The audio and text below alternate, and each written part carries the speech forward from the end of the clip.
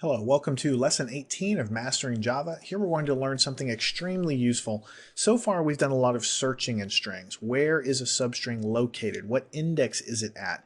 How do we search from the beginning of the string? How do we search from the end of the string? Things like that come in handy as you do programming. Here we're going to learn how to make replacements in a string. We've kind of hinted to that a lot. Maybe you might be searching for the location. Maybe you might be replacing something, like maybe replacing one word with another word. And that's what we're going to use here.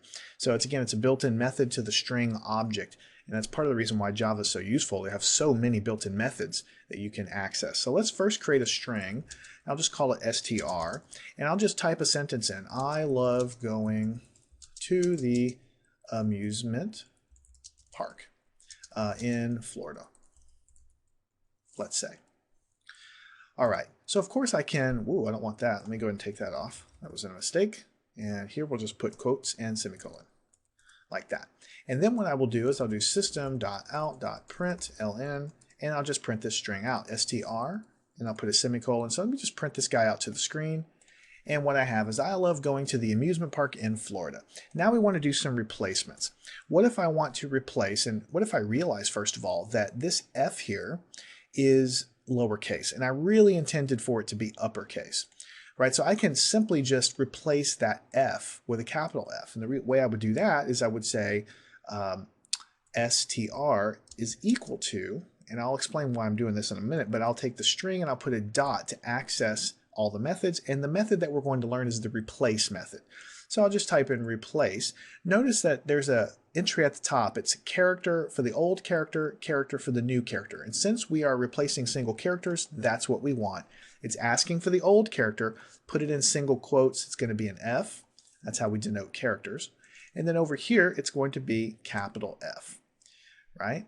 And then I'll put a semicolon, and then I will say system.out.println str. Now let's see if our change was made. Let me go and hit run. I love going to the amusement park in Florida, and now it's a capital F.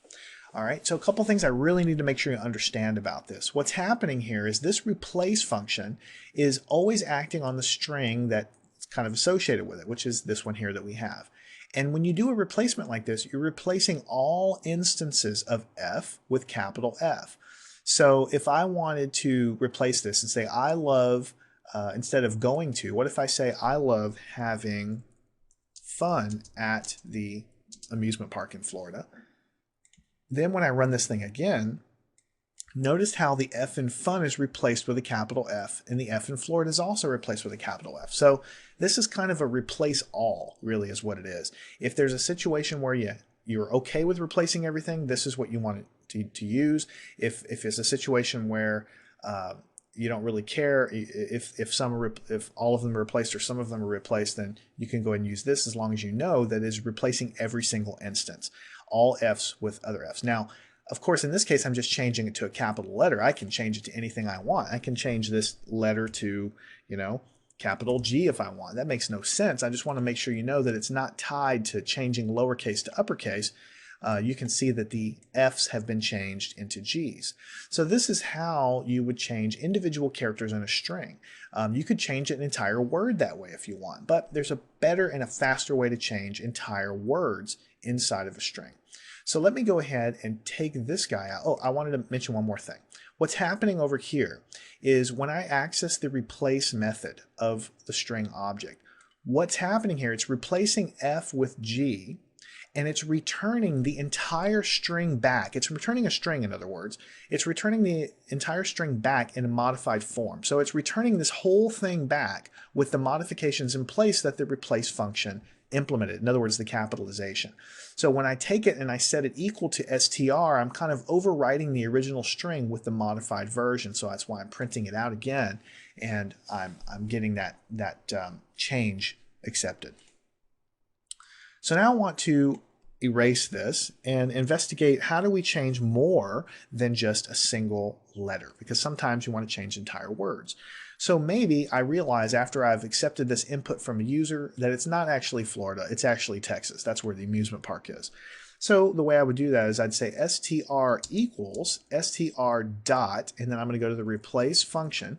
And I can again see that the top one we just used was replacing an old character with a new character, but the one right below it is a character sequence target and a character sequence replacement. So in other words, you can replace sequences of characters, and I can enclose those in quotation marks, Florida, right? And the second guy can be Texas. And I'll just go ahead and do the capitalization as well while I'm at it.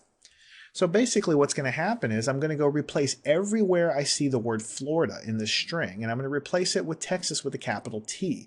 This whole method is returning the entire string back with that modification in place, and so I set it equal to str, kind of overriding the original guy, and then system.out.println. If I do the string again to the screen, if I've done everything correctly, then I'm having fun at the amusement park in Texas. Just be aware that if you had the word Florida 2 times in this string somewhere, then it would replace it both times. So it's kind of like a replace all, so to speak.